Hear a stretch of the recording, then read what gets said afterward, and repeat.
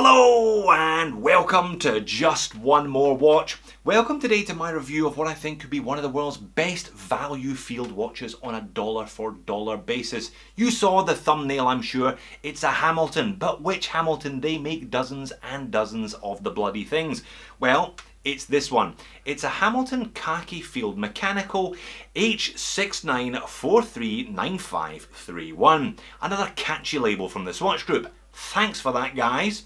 Now, this watch was sent to me for free by JOMASHOP. I don't have to return it. It was one of 4 watches they sent me at the end of last year, and I'm gradually working my way through the reviews. In return, they would be delighted if I directed you to their website, and I will do so by leaving a link in the description of the video. I say it every time, even if you don't end up buying from JOMASHOP, you'd be mad not to at least reference their prices, because their prices are really sharp. This watch, for example, $420 US. Now, JOMASHOP are a grey market retailer. That means the watch is the same, the packaging is the same. The only thing that's different is the warranty. JOMASHOP warrant these watches themselves. This one is covered by a 2-year warranty direct by JOMASHOP. Alright, enough waffle. Let's flip the camera and have a look at this hammy. Indeed, let's have a look at the watch. Now, I've looked at a couple of hammies recently and they have upgraded their packaging, I believe about 18 months ago, to these nice wooden boxes. I think for around the price you're paying for this watch, around the $400 US, this is just the right amount of packaging in my humble opinion. You don't want too much, you don't want too little, and there is a gorgeous little field watch. So all the usual review good stuff today, dimensions and specifications, some macro, some indoor and outdoor wrist shots. I'm also going to pop this one on the time grapher. It's got a rather interesting H50 ETA-derived 80-hour power reserve manual wind mechanical movement, which I think is one of the real ace cards that this watch has to play. And after telling you how much I like it, I'm going to give you 3 reasons why I think you might not like it. Then I'm going to discuss a couple of even more affordable alternatives to this watch. I appreciate that $420 is not necessarily a drop in the ocean for some, so I'm going to show you one top value field watch in the hundreds and one at less than 100. But let's get on with the Hamilton. Now, Hamilton, one of the big draws of this watch for me, and I'm sure for many, is that brand name on the dial. It really doesn't get much better than Hamilton when you're talking about field watches for under $500 US. A rich and proud company with a history dating back to the 1800s. They were making watches in America up until the late 1960s, including supplying the US Armed Services in the Second World War and beyond. So really all the provenance you could wish for. The name was bought out by the Swatch Group in the 1980s, and I think it's interesting where the Swatch Group has integrated Hamilton into its very large and lengthy ladder. They sit somewhere at the kind of Tissot Mido level, entrenched in that sub $1,000 US price point, which I think many others enjoy the value offered therein. One thing I do bemoan though, and this is a common complaint with Swatch, is the insane number of different models they offer. Have a look at this. This is just JOMASHOP, one retailer, when you search for Hamilton Khaki. There are dozens and dozens and dozens and dozens and dozens of different models. I'm not a watch communist. I'm not suggesting that we should all get one watch supplied by the state, but I think there is such a thing as too much choice, and the Hamilton Khaki range exemplifies exactly that. So 38 millimeters in diameter, less than 10 mil thick. This one comes in on my calipers at about 9.8. 47 mil lug tip to lug tip though, so it is a reasonably lengthy lug to lug in spite of that smaller diameter dimension. Drilled lugs, as you can see there, 20 mil lug width, and on the supplied Nato leather strap, there's various options if you don't want to pick yourself up one of these. This one weighs in at 60 grams, so a real light and comfortable watch for everyday wear. 50 meters of water resistance. It's a field watch, I guess that's the argument there. I'd have always preferred 100, but 50, you know, you can get away with the occasional dip in the pool with that one. Stainless steel, case, crown, bezel and case back. It is a screw down case back. I'll pop in a macro shot of that there. Nothing too spectacular to be honest, just the Hamilton brand and the usual spec sheet around the back of that. The crown does not screw down because it's a manual wind watch, and this is the one case that you really, to have a screw down crown, it would be rather inconvenient.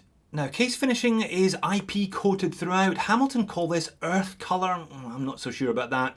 It's a coated kind of bead blast, sandblast effect I've seen this on other watches. No glare, I guess that is in keeping with the spirit of the field watches, and it's a great crown, just the right size, nice and grippy and signed. And that is a lovely piece of domed sapphire crystal covering the dial. There is plenty of anti-reflective coating seemingly on this one. In fact, I will break the habit of a lifetime and show you the outdoor shots now. Really bright and sunny day today in Sydney, and yet this one remains ultra legible. No glint, no glare off that sapphire crystal whatsoever. They really have done well with this one. A lot of watches struggled to say the least in the Sydney sunshine, but this Hamilton is doing very well indeed.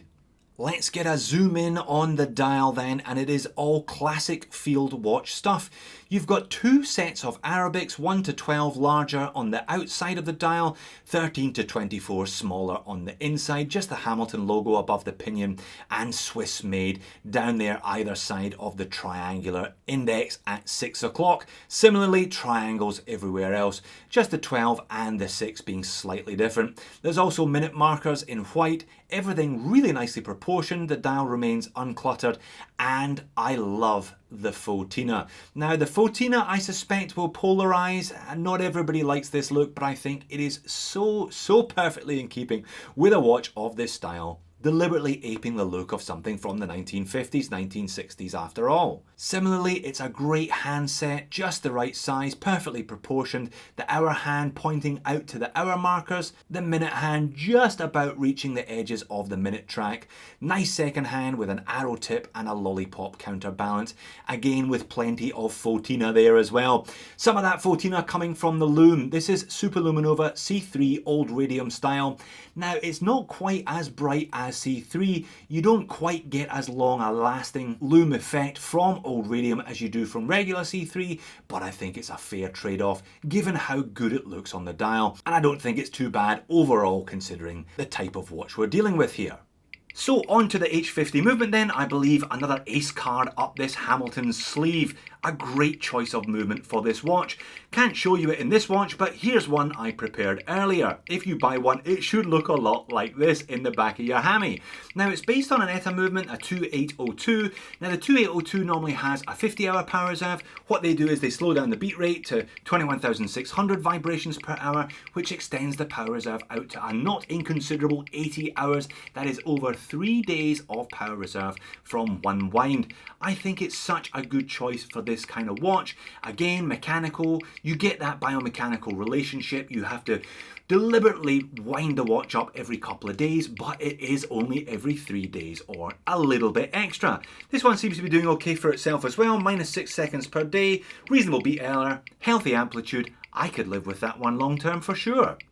And there it is on my 7-inch wrist. I think 38mm, a very wearable size for me. I think a wearable size for most guys. I've got watches in my collection all the way down to 34 and all the way back up to 44. So this one sitting just short of the middle. Now the Nato strap, cow leather, tan but not dyed, so it has that kind of natural look to it. Really nice brush finish hardware as well, matching the finish on the case of the watch. Because it's a Nato though, it does tend to sit a little bit off the wrist. This one's still fairly fresh. I'm sure that would work its way down, or it's easy swapped out thanks to those drilled lugs and a standard 20mm lug width. And I've already praised the legibility when I took the watch outside. There it is, the proper overhead shot. I think that one looks very sweet on me and very clear. So a great brand, a great look, and a great movement. I think overall a great price as well for something of the quality that comes from the Swatch Group. What are the 3 things that I said might put you off? Well, the fauxtina, as much as I love it, I know some people cannot stand it. They think it's an aberration. But don't worry, the Swatch Group, as you saw earlier on, have got you covered. This is a relatively recent model, so if you don't like the fauxtina, there are plenty with the pure white indices and hands. Now the size, 38mm, I talked about size when it was on my wrist. I don't think there's such a thing as a watch that's too small for somebody. I think watches can be physically too big, that they don't fit very well, but I understand that for some guys 38mm just doesn't look good when they look down at their wrist and see a watch this size on it. Again, there are larger Hamiltons in the Khaki range if you want something with the brand name and the quality that comes from the Swatch Group.